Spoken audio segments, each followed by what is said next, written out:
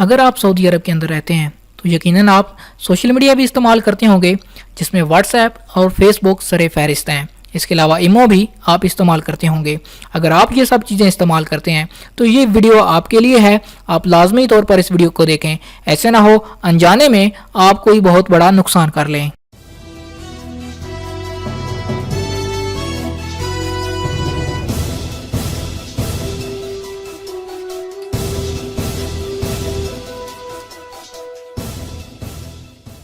جی تو دوستو، سعودی عرب کی حکومت نے سعودی عرب میں کام کرنے والے تمام مقیم اور غیر ملکیوں کو خبردار کر دیا ہے۔ واٹس ایپ یا سوشل میڈیا پر حکومتی فیصلوں کا مذاق اڑانا سائبر کرائم میں شمار۔ واٹس ایپ سمیت تمام سوشل میڈیا ذرائع جن میں فیس بک، ایمو، ٹویٹر وغیرہ جو بھی آتے ہیں، ان پر حکومتی فیصلوں یا سیاسی نظام کا مذاق اڑانا، استہزاء کرنا یا امن عامہ کو مخدوش کرنے کی کوشش کرنا سائبر کرائم میں شمار ہوگا۔ اگر آپ کوئی بھی ایسا میسج کریں گے، کوئی بھی ایسی ویڈیو شیئر کریں گے جس کے اندر سعودی حکومت کے کسی فیصلے یا سعودی حکومت کے حکمرانوں کے بارے میں کچھ غلط کہا ہوگا تو آپ کو سائبر کرائم کا سامنا کرنا پڑ سکتا ہے۔ سعودی پبلک پراسیکیوٹر نے شہریوں اور مقیم غیر ملکیوں کو وارننگ دے دی ہے کہ سوشل میڈیا میں حکومتی فیصلوں یا سیاسی نظام کا مذاق اڑانے والے پیغامات شیئر کرنا بھی جرم ہے، اور اس جرم پر سزا کتنی ہوگی؟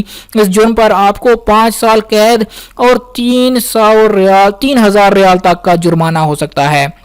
معاشرتی آداب، دینی تعلیمات اور اصولوں کے علاوہ اور دوسروں کی نجی زندگی میں مداخلت کرنا بھی سائبر کرائم میں شمار ہوگا۔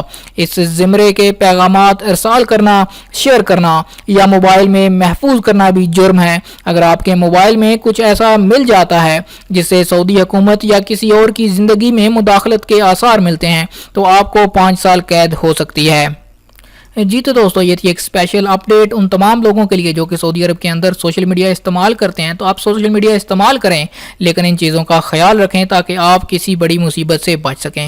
امید کرتا ہوں ویڈیو آپ کو پسند آئی ہوگی۔ ویڈیو پسند آئے تو لائک کا بٹن دبائیے، اور اگر ویڈیو اچھی نہیں لگی تو ڈس لائک کا بٹن دبائیے، لیکن یہ ضرور بتائیے کہ آپ کو کس وجہ سے ویڈیو پسند نہیں آئی۔